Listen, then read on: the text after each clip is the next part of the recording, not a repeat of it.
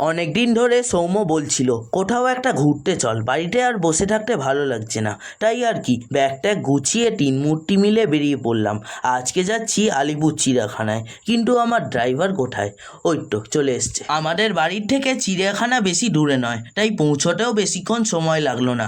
ওখানে গিয়ে per person 50 টাকার টিকিট কেটে ভিতরে ঢুকে প্রথমেই বাঘমামার দর্শন পেলাম। অনেক আশা নিয়ে সিংহ দেখতে গেছিলাম, কিন্তু অল্প জিরাফের দেখা পেলেও সিংহ দেখা একদমই পেলাম না। আমি যখনই চিড়িয়াখানায় আসি তখন সিংহটাই শুধু দেখতে পাই না। যাই হোক, তারপর ঘুরতে ঘুরতে আমাদের চার্জ শেষ হয়ে গেছিল আর প্রচণ্ড খিদেও পেয়েছিল, তাই বাড়ি থেকে লুচি আলুর দম এনেছিলাম। সেটা একটা জায়গায় বসে খেয়ে আবার বেরিয়ে পড়লাম। কিছুক্ষণ পর যে ভয়টা পাচ্ছিলাম সেটাই হলো, ঝমঝমিয়ে বৃষ্টি শুরু হয়ে গেল, কিন্তু আমাদের কাছে ছাতা ছিল, ছাতা মাথায় দিয়েই ঘুরছিলাম। আজকে যেহেতু চিড়িয়াখানায় ভিড়টা খুব কম হয়েছিল, তাই ঘুরতে কোনো অসুবিধা হচ্ছিল না, সব কিছু খুব কাছ থেকে দেখতে পাচ্ছিলাম। আর শীতের সময় চিড়িয়াখানায় কত ভিড় হয় সেটা আর বলতে হবে না।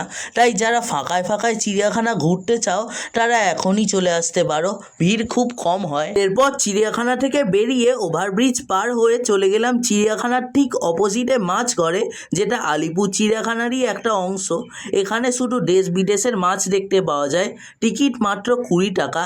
কিন্তু এখানকার মাছ দেখে আমার মন ভরল না।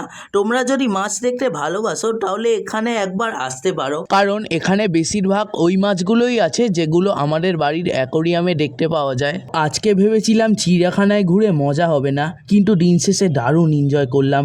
সো আমি এখন বুলেট বাসে করে বাড়ি যাই, আর তোমরা চ্যানেলটাকে সাবস্ক্রাইব করো। বাই।